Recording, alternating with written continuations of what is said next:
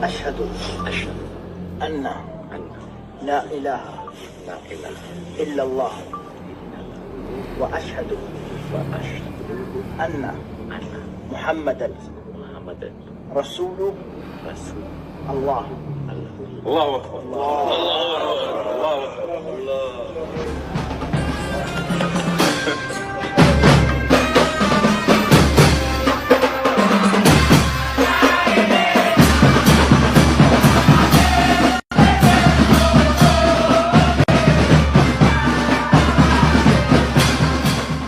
Piala Dunia 2022, yang diselenggarakan di Qatar sejak tanggal 20 November lalu, rupanya sangat bermakna bagi supporter Argentina. Terbukti, sejumlah fans tim Tango, ramai-ramai memantapkan diri, guna memeluk agama Islam, setelah menginjakan kakinya di bumi Qatar, atau di negara Arab tersebut. Seperti apa kisahnya? Mari tonton videonya. Namun terlebih dahulu, silakan klik subscribe, kemudian share, dan like. Piala Dunia 2022 lebih berbeda dari tahun-tahun sebelumnya.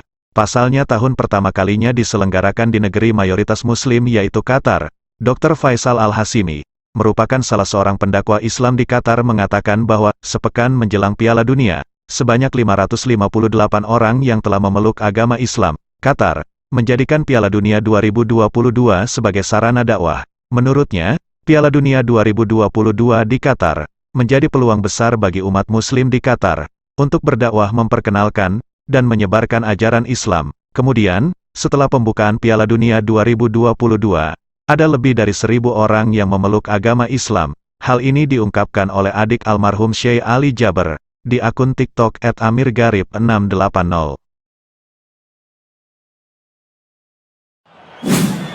Ada sejumlah cara yang dilakukan Qatar untuk menyelipkan nilai-nilai Islam melalui perhelatan akbar olahraga tersebut, mulai dari upacara pembukaan, yang melibatkan pembacaan ayat suci Al-Quran, hingga memperdengarkan kumandang azan di stadion. Setidaknya, ada 4 nilai Islam yang disisipi Qatar, melalui Piala Dunia 2022. 1. Dibuka dengan ayat suci Al-Quran, pembukaan Piala Dunia 2022, di Al-Bait Stadium, pada Minggu, tanggal 20 November tahun 2022, turut disemarakan dengan lantunan potongan ayat suci Al-Quran, khususnya surat Al-Hujurat ayat 13.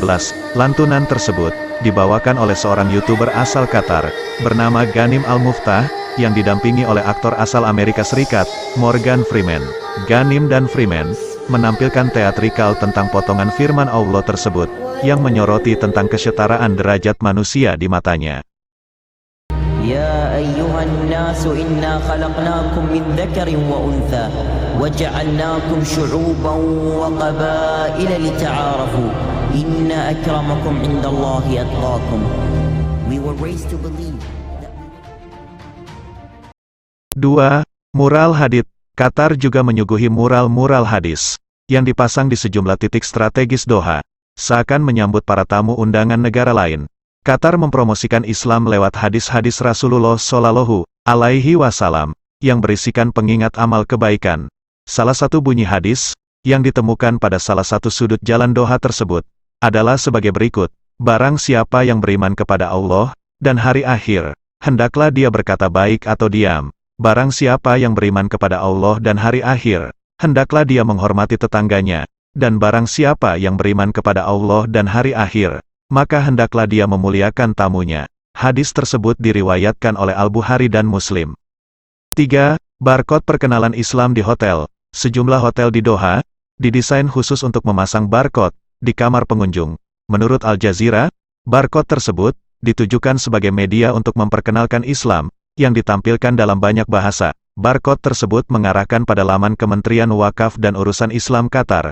Tampilan pertamanya menyajikan pilihan bahasa yang dapat dipilih pengguna, lalu tampilan akan mengarah pada profil perkenalan Islam. Tulis Al Jazeera, dikutip Rabu, tanggal 23 November tahun 2022. 4.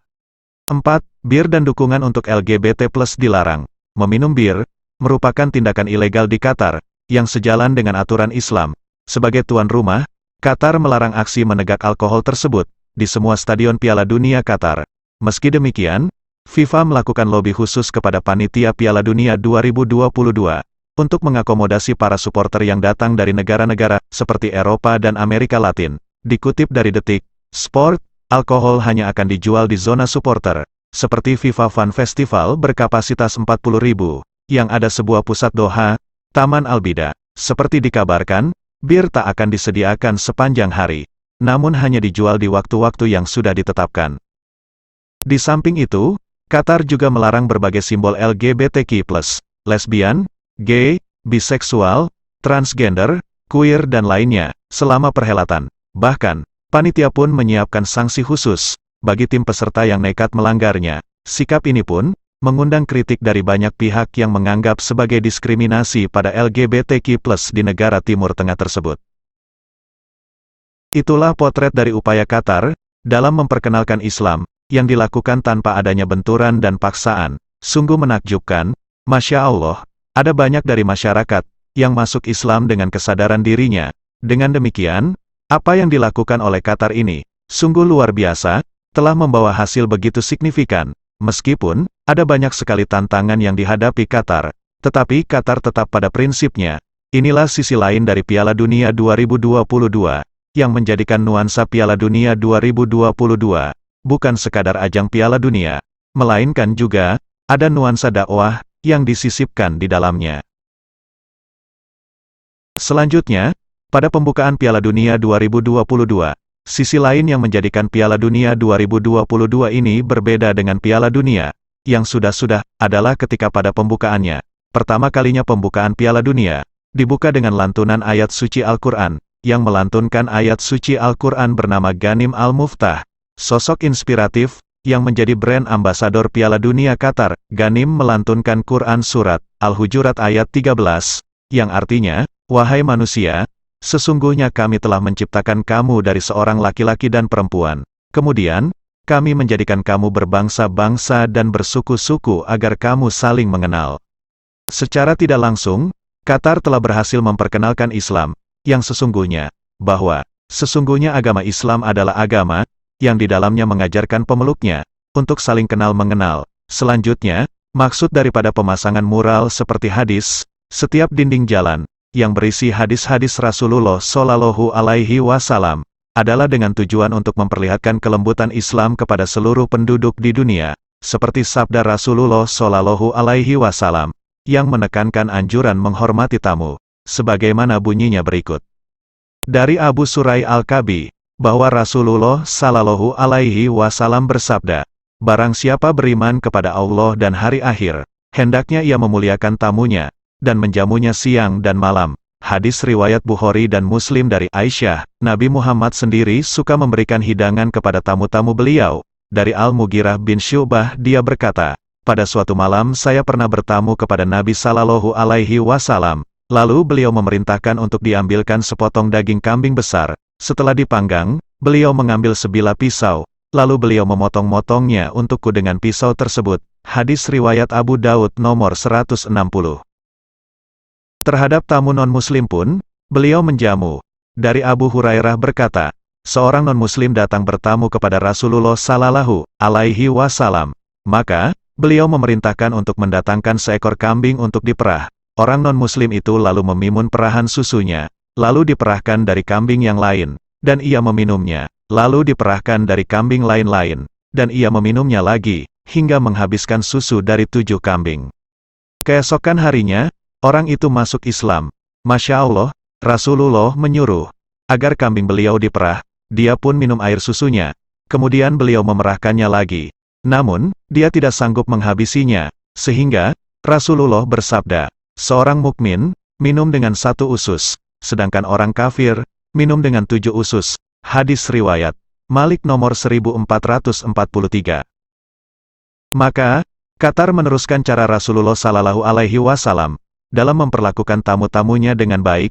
Qatar menghormati para tamu dengan baik dan mengagumkan. Alhasil, Masya Allah, banyak dari para supporter Argentina masuk Islam. Seperti pada rekaman video yang viral di media sosial, bahwa ada warga Argentina masuk Islam. Piala Dunia 2022, yang diselenggarakan di Qatar sejak tanggal 20 November lalu, rupanya sangat bermakna bagi supporter Argentina. Terbukti, sejumlah fans tim Tango ramai-ramai memantapkan diri guna memeluk agama Islam, setelah menginjakan kakinya di bumi Qatar, atau di negara Arab tersebut.